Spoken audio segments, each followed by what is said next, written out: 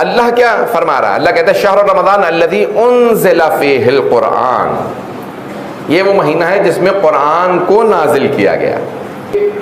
انسان اگر قرآن کی تلاوت کرے، میں نے کہا نا کہ اگر آپ سورہ نہیں دہرا سکتے، ریپیٹ نہیں کر سکتے، دہرا نہیں سکتے، ایک آیت ہی کو دہراتے رہیں، بسم اللہ الرحمن الرحیم، پورا دن بسم اللہ الرحمن الرحیم بسم اللہ، جب یاد آئے بسم اللہ کی ایک تسبیح پڑھ لی، 2 تسبیح پڑھ لی، 1000 مرتبہ بھی لوگ اگر چاہیں تو آرام سے 20 منٹ میں، 15 منٹ میں، 10 منٹ میں پڑھ سکتے ہیں، اور یہ 1000 ختم قرآن کے برابر ہے ماہ رمضان مبارک میں۔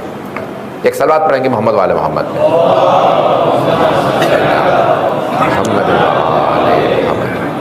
فیضان گرامی، اس مہینے کے اندر سب سے زیادہ ثواب قرآن کی تلاوت کا، اس کے بعد سب سے زیادہ ثواب کس چیز کا؟ محمد والے محمد پہ صلوات پڑھنے کا ثواب ہے۔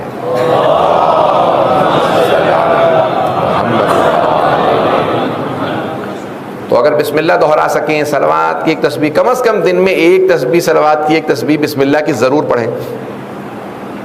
مرحوم علامہ طباطبائی صاحب المیزان، ذہنوں میں ہے نا سب کے، سید محمد حسین طباطبائی، علامہ طباطبائی فرماتے ہیں کہ بعض اوقات صرف ایک صلوات جو پڑھ کے آپ اپنے مرحوم کو ثواب بخش دیتے ہیں، ہدیہ کرتے ہیں، میں نے یہ صلوات پڑھی اور اس کا ہدیہ میں نے اپنے مرحوم کو دیا۔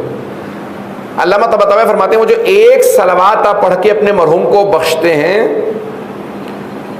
اس کا نہ جانے کتنا سفر رکا ہوا ہوتا ہے، برزخ کا سفر، صرف ایک صلوات سے سارا سفر آسان ہو جاتا ہے، ایک صلوات سے۔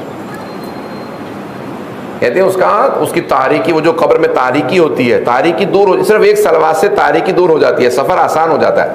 انسان کو اندازہ ہی نہیں ہے کہ اس ایک صلوات کا اثر کتنا ہے، ثواب کتنا ہے۔